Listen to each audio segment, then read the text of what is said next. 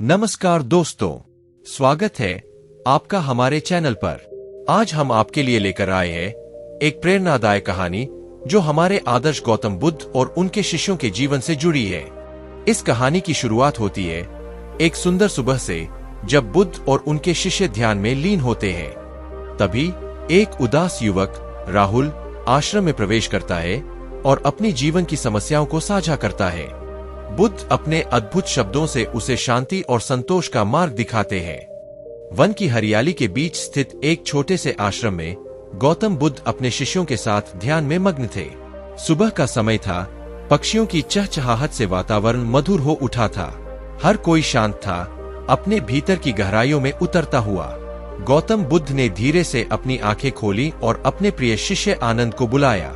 आनंद, जो हमेशा अपने गुरु के शब्दों में ज्ञान की जोत देखता था, तुरंत उनके पास आया और विनम्रता से बोला, गुरुदेव, क्या आज आप हमें कोई नई शिक्षा देंगे? बुद्ध ने एक क्षण के लिए शांत रहकर आसपास की प्रकृति को निहारा। उन्होंने पास के वृक्ष पर बैठे दो पक्षियों को देखा। एक पक्षी शांतिपूर्वक बैठा था, जबकि दूसरा चहचहा रहा था, मानो कुछ कहना चाहता हो। बुद्ध ने मुस्कुराते हुए कहा, आनंद, क्या तुम इन पक्षियों को देख रहे हो? ये दोनों पक्षी हमें कुछ सिखा रहे हैं। आनंद ने उत्सुकता से पक्षियों की ओर देखा और फिर बुद्ध की ओर प्रश्नवाचक दृष्टि से देखा। बुद्ध ने समझाया, जो पक्षी चुपचाप बैठा है वह हमें सिखाता है कि कभी कभी जीवन में हमें शांत रहकर परिस्थिति को समझना चाहिए, और जो पक्षी चहचहा रहा है वह हमें बताता है कि अपनी भावनाओं को अभिव्यक्त करना भी महत्वपूर्ण है। आनंद ने बुद्ध के शब्दों को गहराई से महसूस किया। उसने महसूस किया कि जीवन में संतुलन बनाना कितना महत्वपूर्ण है, जहां कभी कभी मौन ही सबसे बड़ा उत्तर होता है और कभी कभी अपनी बात कहनी भी जरूरी होती है। उसी समय बुद्ध के दूसरे शिष्य सारिपुत्र, जो थोड़ी दूर पर ध्यान मग्न थे, उनकी ओर आए। उन्होंने बुद्ध से पूछा, गुरुदेव, लेकिन यदि हम हमेशा शांत रहें और अपनी भावनाओं को दबा ले तो क्या यह सही होगा? बुद्ध ने गंभीरता से सारिपुत्र की ओर देखा और बोले, सारिपुत्र, यही तो जीवन का संग्राम है। हमें यह समझना है कि कब चुप रहना है और कब बोलना है। जैसे यह पक्षी अपने समय पर चहचहा रहा है और अपने समय पर चुप है, वैसे ही हमें भी अपने समय का ध्यान रखना चाहिए। सभी शिष्य इस अद्वितीय शिक्षा को सुनकर भावुक हो गए। उन्होंने महसूस किया कि बुद्ध का हर शब्द गहरे अर्थ से भरा होता है और हर अनुभव एक नई सीख प्रदान करता है। पक्षियों की चहचहाहट के बीच शिष्यों के मन में शांति और समर्पण की भावना भर गई। वे जानते थे कि उनके गुरु की शिक्षाएं उनके जीवन को सही दिशा देने वाली थीं। और इसी तरह वन की हरियाली में बुद्ध और उनके शिष्यों का यह अद्वितीय क्षण एक नया अध्याय लिख रहा था। वह दिन धीरे धीरे आगे बढ़ रहा था और सूर्य की किरणें अब वृक्षों की पत्तियों के बीच से छनकर आ रही थीं। बुद्ध और उनके शिष्य धीरे धीरे अपने ध्यान और साधना में मग्न थे। अचानक एक विचलित और उदास युवक आश्रम के द्वार पर आया। उसकी आंखों में चिंता और हृदय में असनीय पीड़ा थी। आश्रम में प्रवेश करते ही उसने बुद्ध को प्रणाम किया और भावुकता से बोला, गुरुदेव, मैं अपने जीवन की समस्याओं से बहुत परेशान हूँ। मुझे मार्गदर्शन चाहिए। बुद्ध ने प्रेम पूर्वक उसे पास बैठने का संकेत दिया और उसकी आंखों में झांकते हुए बोले, तुम्हारा नाम क्या है और क्या तुम्हारी परेशानी है? युवक ने अपने आंसू पोंछते हुए कहा, मेरा नाम राहुल है गुरुदेव। मेरे जीवन में हर ओर अंधेरा ही अंधेरा है। मेरे परिवार में कलह है, आर्थिक स्थिति भी दयनीय है और मैं खुद को असहाय महसूस करता हूँ। बुद्ध ने राहुल की बातों को धैर्यपूर्वक सुना। फिर उन्होंने आकाश की ओर देखा, जहाँ पक्षियों का एक झुंड उड़ान भर रहा था। उन्होंने राहुल की ओर देखा और बोले, राहुल, देखो, ये पक्षी कैसे स्वतंत्र रूप से आकाश में उड़ रहे हैं। इनका मार्गदर्शन कौन करता है? राहुल ने कुछ सोचते हुए कहा, गुरुदेव, ये पक्षी अपनी दिशा खुद चुनते हैं और हवा के बहाव के साथ उड़ते हैं। बुद्ध ने मुस्कुराते हुए कहा, सही कहा, ये पक्षी अपनी स्वतंत्रता का उपयोग करते हैं, लेकिन फिर भी वे समूह में उड़ते हैं, एक दूसरे का सहारा बनते हैं। इसी तरह हमें भी अपने जीवन में संतुलन बनाए रखना चाहिए। कठिनाइयां तो हर किसी के जीवन में आती है, पर हमें धैर्य और समर्पण के साथ उनका सामना करना चाहिए। राहुल ने बुद्ध की बातों को ध्यान से सुना और उनके शब्दों में छिपी सच्चाई को समझने की कोशिश की। बुद्ध ने फिर कहा, राहुल, जीवन एक निरंतर परिवर्तनशील यात्रा है।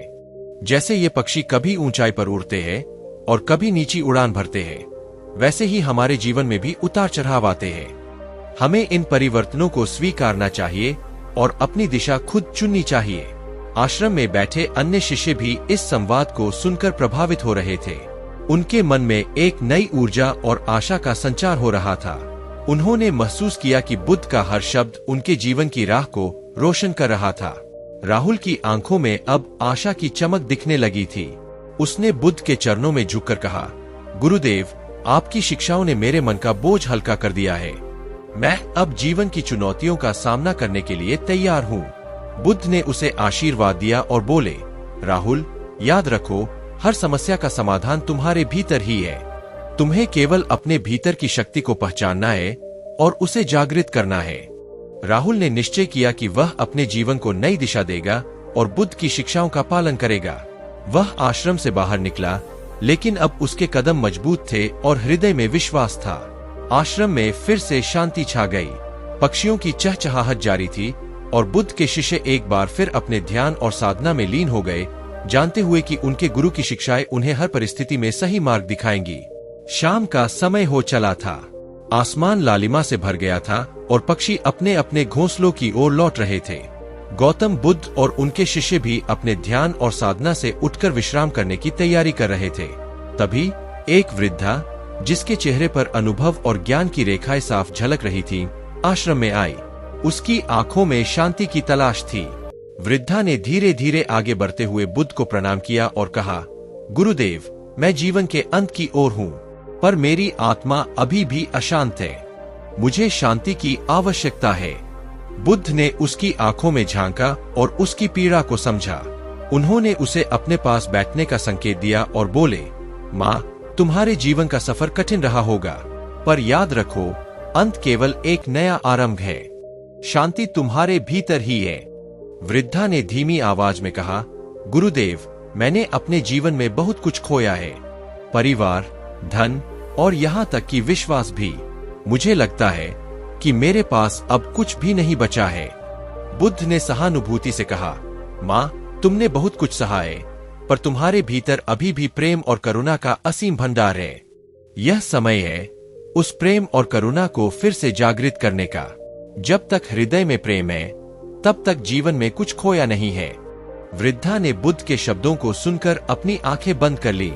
उसने अपने जीवन की घटनाओं को याद किया और महसूस किया कि हर कठिनाई के बीच भी उसने हमेशा किसी न किसी के प्रति प्रेम और करुणा रखी थी। उसकी आंखों से आंसू बह निकले, पर इस बार ये आंसू शांति और सुकून के थे। बुद्ध ने तब कहा, माँ, जैसे ये पक्षी हर शाम अपने घोंसले की ओर लौटते हैं, वैसे ही हमें भी अपने सच्चे घर, अपने भीतर की शांति की ओर लौटना चाहिए। हर दिन एक नई शुरुआत है और हर अंत एक नई यात्रा का प्रारंभ है। शिष्यों ने भी इस दृश्य को देखा और महसूस किया कि जीवन में हर पल महत्वपूर्ण है। उन्होंने देखा कि गौतम बुद्ध के सरल शब्द कैसे किसी की आत्मा को शांति प्रदान कर सकते हैं। वृद्धा ने बुद्ध के चरणों में झुककर कहा, गुरुदेव, आपके शब्दों ने मेरी आत्मा को शांति दी है। मैं अब अपने जीवन के अंत को शांति और संतोष के साथ स्वीकार कर सकती हूँ। बुद्ध ने उसे आशीर्वाद दिया और कहा, जाओ माँ, अपने हृदय की गहराइयों में शांति को खोजो। हर आत्मा का लक्ष्य शांति और प्रेम की खोज है और तुमने उसे पा लिया है। वृद्धा के चेहरे पर संतोष और शांति की झलक थी। वह आश्रम से बाहर निकली, लेकिन अब उसकी चाल में आत्मविश्वास और हृदय में सुकून था। रात का अंधेरा धीरे धीरे फैलने लगा था। शिष्य अपनी कुटिया की ओर लौटने लगे, लेकिन उनके मन में बुद्ध के शब्द गूंज रहे थे। वे जानते थे कि जीवन की हर कठिनाई के बीच भी शांति और प्रेम की किरणें छिपी होती है, जिन्हें केवल धैर्य और समर्पण के साथ खोजा जा सकता है। गौतम बुद्ध ने आकाश की ओर देखा, जहां अब तारों की चमक उभर आई थी। वे जानते थे कि उनकी शिक्षाएं उनके शिष्यों के जीवन को प्रकाशमय बनाएंगी, ठीक वैसे ही जैसे रात के अंधेरे में तारे अपनी रोशनी बिखेरते हैं। रात गहरा चुकी थी। आश्रम की गतिविधियां भी अब थम चुकी थीं। हर तरफ सन्नाटा था। केवल पेड़ों की सरसराहट और दूर से आने वाली नदी की मृदुल ध्वनि सुनाई दे रही थी। गौतम बुद्ध अपनी कुटिया में विश्राम कर रहे थे, लेकिन उनके मन में अभी भी शांति की गूंज थी जो उन्होंने अपने शिष्यों और आगंतुकों के साथ साझा की थी। कुछ देर बाद एक हल्की खटपट की आवाज से बुद्ध की नींद खुल गई। उन्होंने देखा कि आनंद दरवाजे पर खड़ा है। उसकी आंखों में सवाल थे। बुद्ध ने उसे अंदर आने का संकेत दिया। आनंद ने प्रणाम कर कहा, गुरुदेव, मुझे आज के घटनाक्रम से बहुत कुछ सीखने को मिला है, पर मेरे मन में एक प्रश्न है जो मुझे विचलित कर रहा है। बुद्ध ने उसे बैठने का संकेत दिया और बोले, पूछो आनंद, तुम्हारे मन में जो भी सवाल है उसे व्यक्त करो। आनंद ने धीमे स्वर में कहा, गुरुदेव, आपने आज हमें सिखाया कि शांति और संतोष हमारे भीतर ही है, लेकिन जब हम दुनिया की कठिनाइयों और दुखों का सामना करते हैं तो यह शांति और संतोष कैसे बनाए रखें? बुद्ध ने एक दीपक की ओर इशारा किया जो कुटिया में मंद मंद जल रहा था। उन्होंने कहा, आनंद, देखो इस दीपक को, यह कैसे रात के अंधकार में भी अपनी ज्योति बिखेर रहा है। हमारे जीवन में भी यह दीपक हमारी आत्मा है जो हर परिस्थिति में हमें प्रकाशमय बनाए रखता है। आनंद ने दीपक को देखते हुए बुद्ध की बातों पर ध्यान दिया। बुद्ध ने आगे कहा, जीवन में कठिनाइयां और दुख अवश्य आते हैं, लेकिन जैसे यह दीपक अंधकार को मिटाता है, वैसे ही हमारे भीतर का ज्ञान और प्रेम हमारे दुखों को मिटा सकता है। हमें केवल अपनी आत्मा की ज्योति को प्रज्वलित रखना है, चाहे परिस्थिति कैसी भी हो। आनंद की आंखों में एक नई चमक आ गई। उसने समझ लिया था कि जीवन में आने वाली हर चुनौती के बावजूद शांति और संतोष की खोज हमारे भीतर ही है। बुद्ध ने आनंद की ओर देखा और कहा, आनंद, जीवन का मार्ग कठिन और आसान हो सकता है, लेकिन तुम्हारे भीतर की शक्ति और शांति ही तुम्हारा सच्चा सहारा है। इसे कभी मत भूलना। आनंद ने बुद्ध के चरणों में झुककर धन्यवाद किया और मन में एक निश्चय किया कि वह अपने जीवन में इस ज्योति को कभी बुझने नहीं देगा। उस रात जब सभी शिष्य अपनी कुटिया में लौट गए और विश्राम कर रहे थे, बुद्ध ने आकाश की ओर देखा। उन्होंने महसूस किया कि जीवन की सबसे बड़ी सच्चाई यह है कि शांति और प्रेम हमारे भीतर ही है। यह ज्ञान उन्होंने अपने शिष्यों को दिया और इस ज्ञान के साथ वे जानते थे कि उनके शिष्य भी दुनिया में इस शांति और प्रेम को फैलाएंगे। आश्रम में अब पूर्ण शांति थी, लेकिन हर शिष्य के मन में एक ज्योति जल रही थी जो उन्हें हर कठिनाई में मार्ग दिखाएगी। बुद्ध ने एक गहरी सांस ली और इस विचार के साथ आंखें मूंद ली कि उनका संदेश हर आत्मा तक पहुंचेगा और यह शांति और प्रेम की यात्रा कभी समाप्त नहीं होगी। रात का सन्नाटा गहराता जा रहा था और आश्रम में चारों ओर शांति थी। बुद्ध ने भी धीरे धीरे विश्राम के लिए अपनी आंखें बंद कर ली। अगले दिन की पहली किरणों के साथ आश्रम फिर से जीवंत हो उठा। पक्षियों की चहचहाहट और पेड़ों की सरसराहट ने एक नई ऊर्जा का संचार किया। बुद्ध अपने शिष्यों के साथ ध्यान में बैठे थे। सूर्य की पहली किरण ने बुद्ध के चेहरे को स्पर्श किया। वह धीरे धीरे अपने ध्यान से बाहर आए और अपने शिष्यों की ओर देखा। उन्होंने देखा कि सभी शिष्य गहरे ध्यान में मग्न थे। कुछ क्षणों बाद बुद्ध ने अपनी आंखें खोली और शिष्यों को संबोधित करते हुए बोले, प्रिय शिष्यों, आज हम एक नई यात्रा पर चलेंगे। यह यात्रा हमारे भीतर की होगी, जहां हमें अपने सच्चे आत्म को जानने का अवसर मिलेगा। सभी शिष्य बुद्ध की बातों को ध्यान से सुन रहे थे। बुद्ध ने एक गहरे सांस के साथ कहा, जीवन की चुनौतियां और कठिनाइयां हमारे मार्ग में आती है, लेकिन इन्हीं के माध्यम से हम अपनी सच्ची शक्ति और शांति को पहचान सकते हैं। उसी समय एक युवा शिष्य सुदामा, जो हमेशा बुद्ध के करीब रहकर उनके ज्ञान को आत्मसात करता था, आगे बढ़कर बोला, गुरुदेव, हम अपने भीतर की शांति और शक्ति को कैसे पहचान सकते हैं? बुद्ध ने मुस्कुराते हुए कहा, सुदामा, यह प्रक्रिया ध्यान और आत्मनिरीक्षण के माध्यम से ही संभव है। जब हम अपने भीतर की गहराई में उतरते हैं तो हमें हमारे सच्चे आत्म का दर्शन होता है। फिर बुद्ध ने अपने शिष्यों को एक छोटी कहानी सुनाई। उन्होंने कहा, एक बार एक राजा ने अपने बगीचे में सबसे सुंदर फूलों का एक प्रतियोगिता आयोजित किया। हर कोई अपने अपने फूल लेकर आया, लेकिन एक छोटा बच्चा केवल एक सूखा टहनी लेकर आया। सभी ने उसका मजाक उड़ाया, लेकिन राजा ने उस बच्चे को पुरस्कार दिया क्योंकि वह टहनी एक ऐसे पेड़ की थी जो आने वाले समय में सबसे सुंदर फूल देगा। बुद्ध ने समझाया, हमारे भीतर भी कई बार केवल सूखी टहनियां दिखती है, लेकिन इन्हीं में छिपी होती है हमारी सच्ची क्षमता और सुंदरता। हमें केवल धैर्य और विश्वास के साथ इसे साकार करने की आवश्यकता है। सभी शिष्यों ने बुद्ध की कहानी से गहरे अर्थ को समझा। उन्होंने महसूस किया कि जीवन में धैर्य और आत्मविश्वास कितना महत्वपूर्ण है। आश्रम के इस विशेष दिन में हर शिष्य ने यह संकल्प लिया कि वे अपने भीतर की शांति और शक्ति को पहचानने के लिए हर संभव प्रयास करेंगे। बुद्ध ने एक बार फिर सभी को आशीर्वाद दिया और कहा, याद रखो, तुम्हारी यात्रा तुम्हारे भीतर से शुरू होती है और वहीं समाप्त होती है। शांति और प्रेम का मार्ग हमेशा तुम्हारे हृदय में है। दिन धीरे धीरे बीतने लगा। शिष्य अपने अपने ध्यान और साधना में लीन हो गए। हर कोई अपने भीतर की शांति और प्रेम की खोज में लगा रहा। गौतम बुद्ध ने इस अद्वितीय शांति और समर्पण को देखा और संतोष की गहरी सांस ली।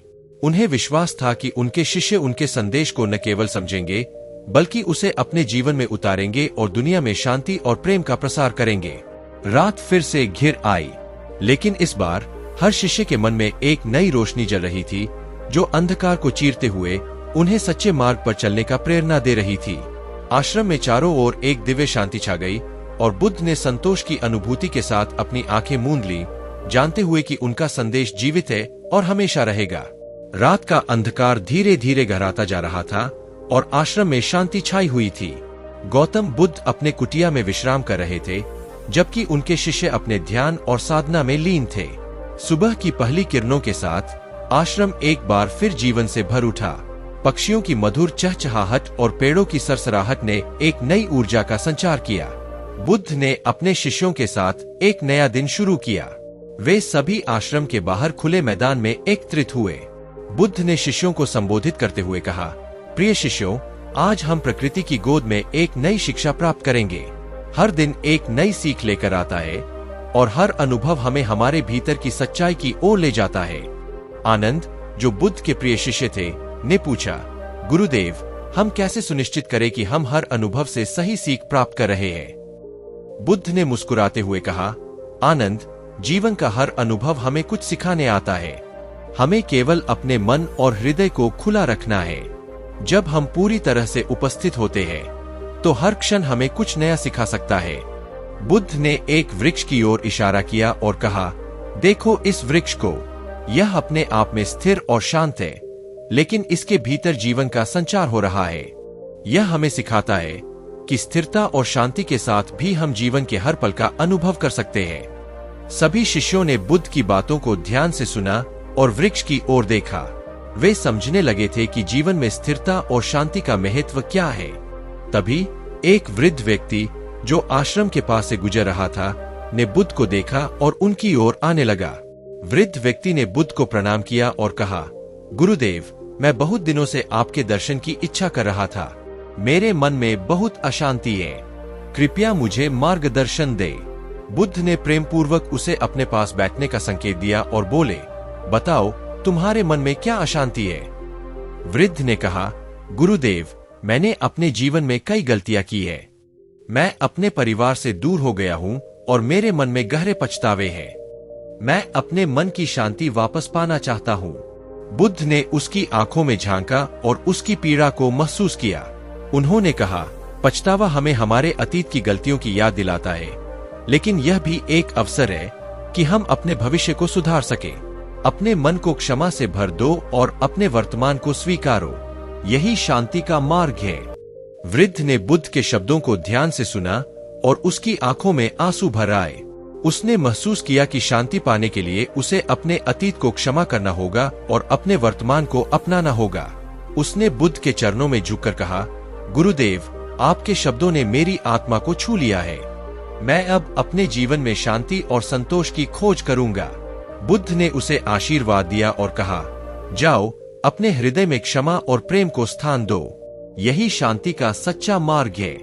वृद्ध व्यक्ति आश्रम से बाहर निकला, लेकिन उसके कदम अब हल्के थे और उसके चेहरे पर शांति की झलक थी। शिष्य इस दृश्य को देखकर बहुत प्रभावित हुए और उन्हें एक नई शिक्षा मिली कि क्षमा और प्रेम ही जीवन की सच्ची शांति की कुंजी है। दिन धीरे धीरे बीतने लगा और शिष्य अपने अपने ध्यान और साधना में लीन हो गए। बुद्ध ने देखा कि उनके शिष्य उनके संदेश को आत्मसात कर रहे हैं और अपने जीवन में शांति और प्रेम को फैला रहे हैं। रात फिर से घिर आई, लेकिन इस बार हर शिष्य के मन में एक नई रोशनी जल रही थी। यह रोशनी शांति और प्रेम की थी, जो अंधकार को चीरते हुए उन्हें सच्चे मार्ग पर चलने का प्रेरणा दे रही थी।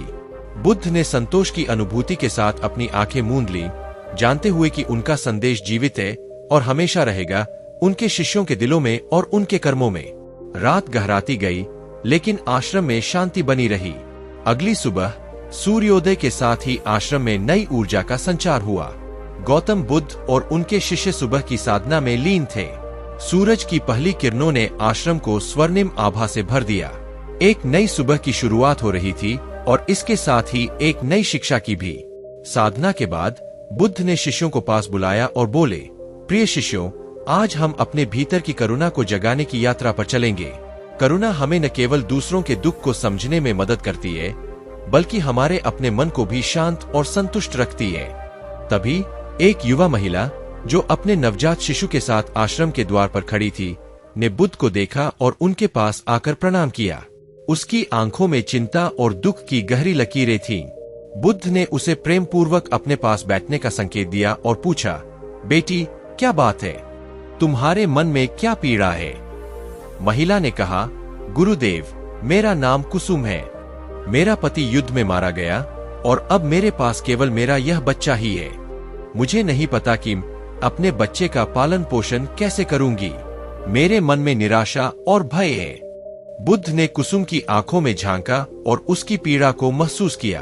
उन्होंने कहा, कुसुम, जीवन में कठिनाइयां आती है, लेकिन हमें अपने भीतर की करुणा और साहस से उन्हें पार करना होता है। तुम्हारे भीतर वह शक्ति है जो तुम्हें इन परिस्थितियों का सामना करने में मदद करेगी। बुद्ध ने फिर अपने शिष्यों की ओर देखा और कहा, हम सभी को कुसुम की मदद करनी चाहिए। यह हमारे करुणा का सच्चा परीक्षण है। शिष्य तुरंत आगे बढ़े और कुसुम की सहायता के लिए हर संभव प्रयास करने लगे। कुछ ने उसे आर्थिक सहायता दी, तो कुछ ने उसे अपने परिवार के साथ रहने का निमंत्रण दिया।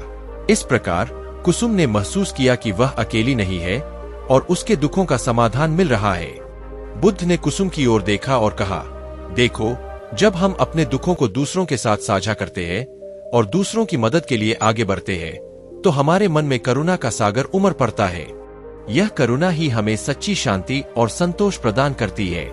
कुसुम की आंखों में कृतज्ञता के आंसू थे। उसने बुद्ध के चरणों में झुककर कहा, गुरुदेव, आपने मेरी आत्मा को शांति दी है। मैं अब अपने जीवन में करुणा और प्रेम के साथ आगे बढ़ूंगी। बुद्ध ने उसे आशीर्वाद दिया और कहा, जाओ, अपने जीवन में करुणा और प्रेम को फैलाओ। यही तुम्हारे और तुम्हारे बच्चे के लिए सच्चा मार्ग है।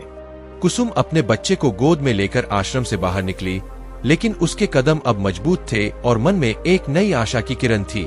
शिष्यों ने इस दृश्य को देखकर महसूस किया कि करुणा का महत्व कितना अधिक है। दिन धीरे धीरे बीतने लगा और शिष्य अपने अपने ध्यान और साधना में लीन हो गए। उन्होंने समझा कि करुणा और प्रेम का मार्ग ही सच्चा मार्ग है, जो हमें न केवल शांति प्रदान करता है, बल्कि दूसरों के जीवन को भी सुखद बना सकता है। रात फिर से घिर आई, लेकिन इस बार हर शिष्य के मन में करुणा और प्रेम की ज्योति जल रही थी। यह ज्योति अंधकार को चीरते हुए उन्हें सच्चे मार्ग पर चलने का प्रेरणा दे रही थी। गौतम बुद्ध ने संतोष की अनुभूति के साथ अपनी आंखें मूंद ली, जानते हुए कि उनका संदेश जीवित है और हमेशा रहेगा उनके शिष्यों के दिलों में और उनके कर्मों में। आश्रम में एक दिव्य शांति और संतोष का वातावरण बन गया था। बुद्ध के शिष्य अब जान चुके थे कि करुणा, प्रेम और आत्मज्ञान ही जीवन की सच्ची संपत्ति है, जो उन्हें हर कठिनाई में मार्गदर्शन प्रदान करेंगी। गौतम बुद्ध ने अपने शिष्यों को संग्रहित किया और उन्हें एक नया उपदेश दिया। आज हम एक और महत्वपूर्ण शिक्षा सीखेंगे। व्यक्ति के जीवन में कठिनाइयां और परिस्थितियां आती रहती है, लेकिन हमें हर परिस्थिति में शांति और संतोष बनाए रखना होगा। शिष्यों ने बुद्ध के वचनों को गंभीरता से सुना और उनकी ओर ध्यान दिया। उन्होंने समझा कि शांति और संतोष की महत्वपूर्णता क्या है और इसे अपने जीवन में कैसे स्थापित किया जा सकता है। बुद्ध ने फिर अपने शिष्यों को आश्रम की साफ सफाई और उपकरणों की देखभाल के लिए प्रेरित किया। शिष्यों ने अपने कार्यों में समर्थ होकर उन्हें सम्माननीय ढंग से पूरा किया। इस तरह बुद्ध और उनके शिष्यों ने आश्रम को एक और उत्कृष्ट उदाहरण स्थापित किया कि कैसे संतोष और शांति का माहौल बनाए रखना जीवन की सबसे बड़ी धरोहर है। दोस्तों, आपने देखा कि कैसे गौतम बुद्ध ने अपने शिष्यों और आने वाले आगंतुकों को शांति, संतोष, करुणा और प्रेम का मार्ग दिखाया। हर व्यक्ति जो बुद्ध के पास आया, उसने अपनी समस्याओं का समाधान पाया और अपने जीवन में एक नई दिशा प्राप्त की। इस कहानी से हमें यह सीखने को मिला कि जीवन की कठिनाइयों और चुनौतियों के बावजूद हमारे भीतर ही शांति और संतोष का भंडार है। हमें केवल अपने मन और हृदय को खुला रखना है और धैर्य, प्रेम और करुणा के साथ अपने जीवन को जीना है। गौतम बुद्ध के उपदेशों ने हमें यह भी बताया कि क्षमा और प्रेम से हम अपने अतीत की गलतियों को सुधार सकते हैं और अपने भविष्य को सुंदर बना सकते हैं। करुणा के माध्यम से हम न केवल अपने दुखों को कम कर सकते हैं, बल्कि दूसरों के जीवन में भी सुख और शांति फैला सकते हैं। तो दोस्तों, आइए हम सभी अपने जीवन में इन मूल्यवान शिक्षाओं को अपनाएं और अपने भीतर की शांति और प्रेम को खोजें। यही सच्चे मार्ग की ओर हमारा कदम होगा। अगर आपको हमारी यह कहानी पसंद आई हो तो हमारे चैनल को सब्सक्राइब करें, इस वीडियो को लाइक करें और अपने दोस्तों और परिवार के साथ शेयर करें। हम आपके लिए और भी प्रेरणादायक कहानियां लेकर आएंगे। धन्यवाद और खुश रहें।